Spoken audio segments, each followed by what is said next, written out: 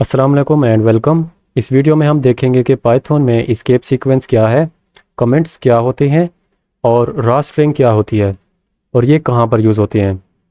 सबसे पहले मैं एक न्यू फोल्डर क्रिएट करता हूँ, ट्यूटोरियल्स प्रोग्राम्स, एंड देन मैं विजुअल स्टूडियो कोड को ओपन करता हूँ। अब मैं फाइल में जाता हूँ एंड ओपन फोल्डर, जो फोल्डर मैंने क्रिएट किया डेस्कटॉप पे उसको मैं ओपन कर सिलेक्ट करता हूँ एंड मैं यहाँ पर एक न्यू फाइल क्रिएट करता हूँ। उसको मैं नाम देता हूँ escape sequence .py। तो अब हम बात करते हैं कि escape sequence है क्या। पाइथन में कुछ करेक्टर्स ऐसे हैं जिनको अगर हम स्ट्रिंग के अंदर लिखते हैं तो वो एक डिफरेंट फंक्शनैलिटी परफॉर्म करते हैं, जिसकी वजह से हमारे पास सिंटैक्स एरर आता है। तो इस एरर से बचने के लिए हम escape sequence को यूज़ करते हैं। फॉर एग्जांपल मैं यहाँ पर लिखता हूँ प्रिंट हेलो वर्ल्ड। ओके, तो अगर हम चाहते हैं कि ये जो वर्ड है ये डबल कोट्स के अंदर है। सबसे पहले मैं इसको एग्जीक्यूट करता हूँ न्यू टर्मिनल ओपन करके। सो अब मैं यहाँ पर लिखता हूँ पाइथन एंड फाइल का नेम escape सीक्वेंस। अब हम चाहते हैं कि ये जो वर्ड है ये डबल कोट्स के अंदर प्रिंट हो। तो हम यहाँ पर अगर लिखें लाइक दिस, ओके, तो इस तरह से हम नहीं लिख सकते हैं, ये हमें सिंटैक्स एरर देगा। मैं इसको प्रिंट करके देखता हूँ तो आप देख सकते हैं सिंटैक्स एरर। उसका रीज़न ये है कि इंटरप्रेटर जो है वो देखता है कि स्ट्रिंग स्टार्ट जो है वो डबल कोट्स से हो रही है और स्ट्रिंग ने एंड जो है वो भी डबल कोट्स पे ही होना है। ओके, तो ये जो स्ट्रिंग है ये यहाँ से स्टार्ट हो रही है और डबल कोट्स यहाँ पर है सेकंड, तो ये यहाँ पर एंड हो रही है। ये इंटरप्रेटर को इतना पता है। बट इसके बाद हमारे पास एक और स्टेटमेंट है जो कि सिंटैक्स में सही नहीं है इस तरह लिखना, जिसकी वजह से हमारे पास सिंटैक्स एरर आ रहा है। तो या तो आप डबल कोट्स के अंदर इस तरह से लिखो सिंगल कोट्स, देन एरर नहीं आएगा। क्योंकि अगर आपकी स्ट्रिंग डबल कोट्स से स्टार्ट हो रही है तो आप डबल कोट्स के अंदर डबल कोट्स यूज़ नहीं कर सकते हैं, सिंगल कोट्स यूज़ कर सकते हो। अगर आपकी स्ट्रिंग सिंगल कोट्स के साथ स्टार्ट हो रही है तो आप स्ट्रिंग के अंदर सिंगल कोट्स यूज़ नहीं कर सकते हो।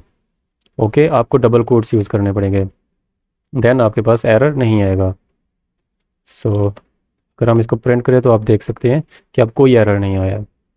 बट हम चाहते हैं कि हमारी जो स्ट्रिंग है वो डबल कोट्स के साथ स्टार्ट है और हम इस वर्ड को भी डबल कोट्स में ही आउटपुट करना चाहते हैं। देन हम यूज़ करते हैं escape सीक्वेंस।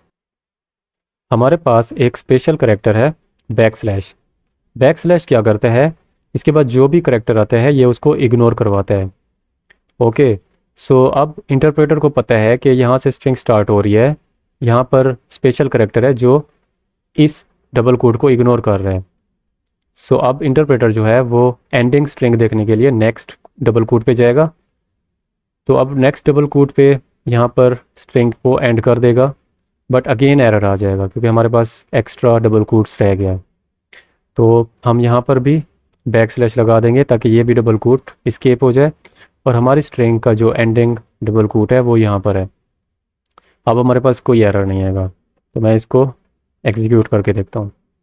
ओके, ये जो बैकस्लैश है इसको हम स्पेशल करेक्टर कहते हैं स्ट्रिंग के अंदर, जो कि यूज़ होता है किसी भी करेक्टर की फंक्शनैलिटी को प्रिवेंट करने के लिए।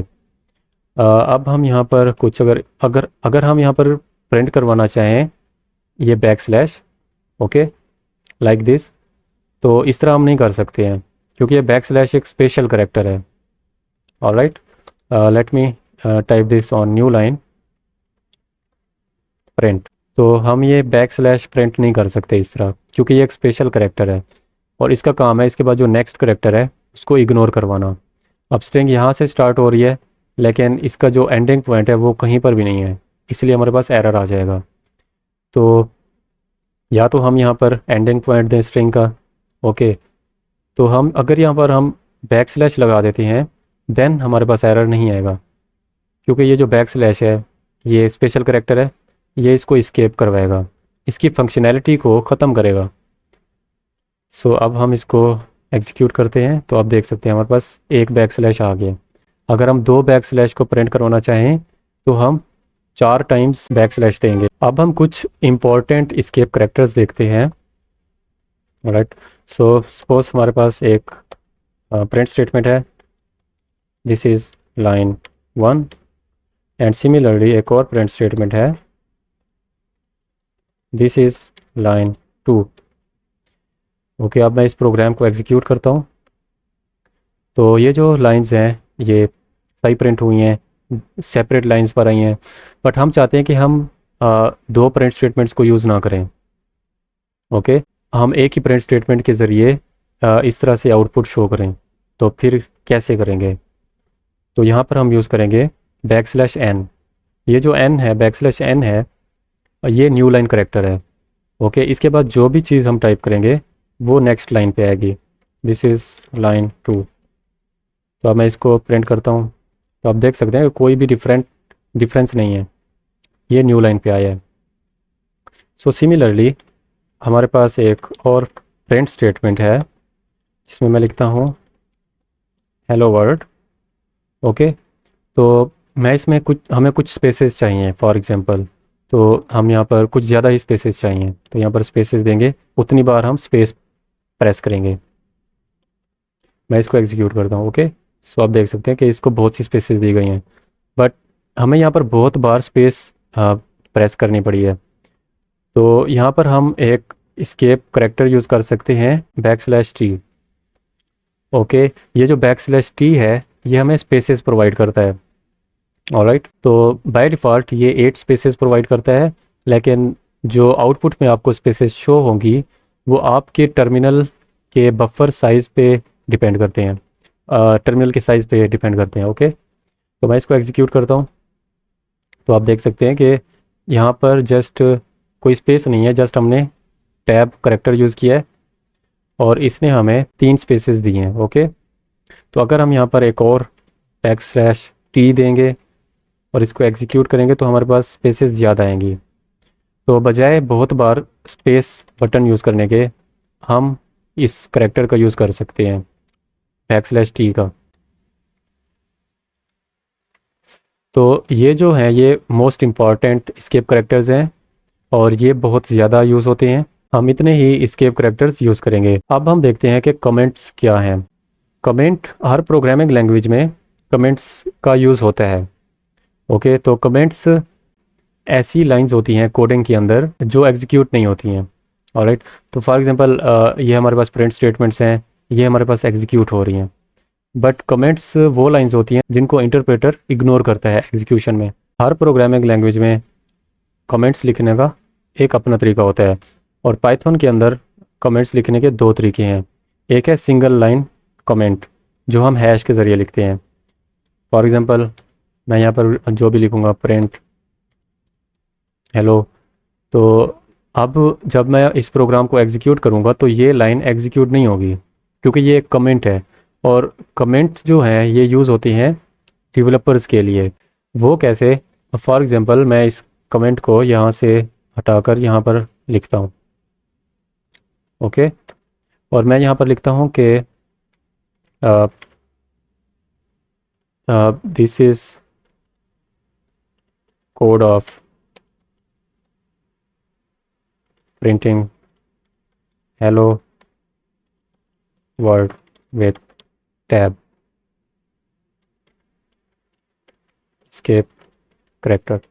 ओके, ये छोटी एग्जांपल है, बट इन केस अगर यहाँ पर एक फंक्शन है जिसमें बहुत सारी लाइंस ऑफ कोड्स हैं तो हम कमेंट्स लिखते हैं।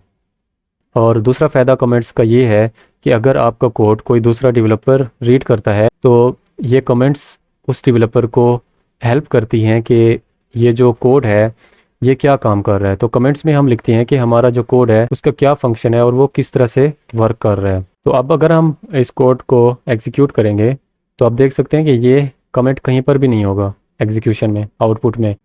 ऑलराइट, तो ये है फर्स्ट वे कमेंट लिखने का जो हम सिंगल लाइन कमेंट लिखते हैं। अब मल्टी लाइन कमेंट्स किस तरह से लिखते हैं वो देखते हैं। पाइथन में मल्टी लाइन कमेंट्स लिखने का स्पेशली कोई तरीका नहीं है। हम मल्टी लाइन 3 डबल कोट्स के साथ भी लिख सकते हैं, और इसके अंदर हम जो भी कुछ लिखेंगे एंड यहाँ पर भी अगर कुछ भी लिखेंगे तो ये मल्टी लाइन कमेंट्स है, इनके दरमियान में जो कुछ भी हम लिखेंगे वो एज अ कमेंट कंसीडर होगा और एग्जीक्यूशन में एग्जीक्यूट नहीं होगा।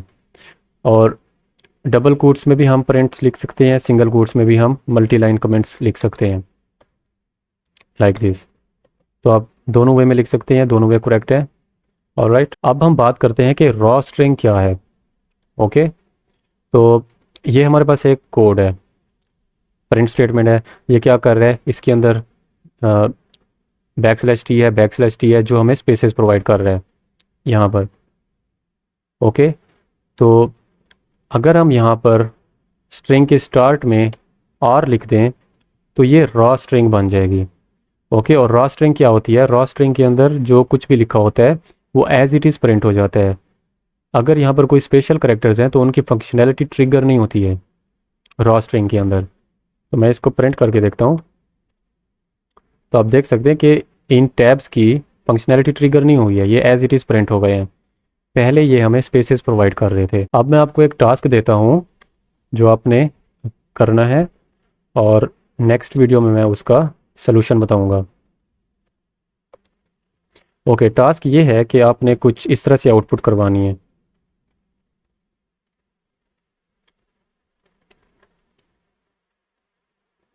ये जो प्रोग्राम है ये आपने जस्ट सिंगल प्रिंट स्टेटमेंट के ज़रिए आउटपुट करवाना है।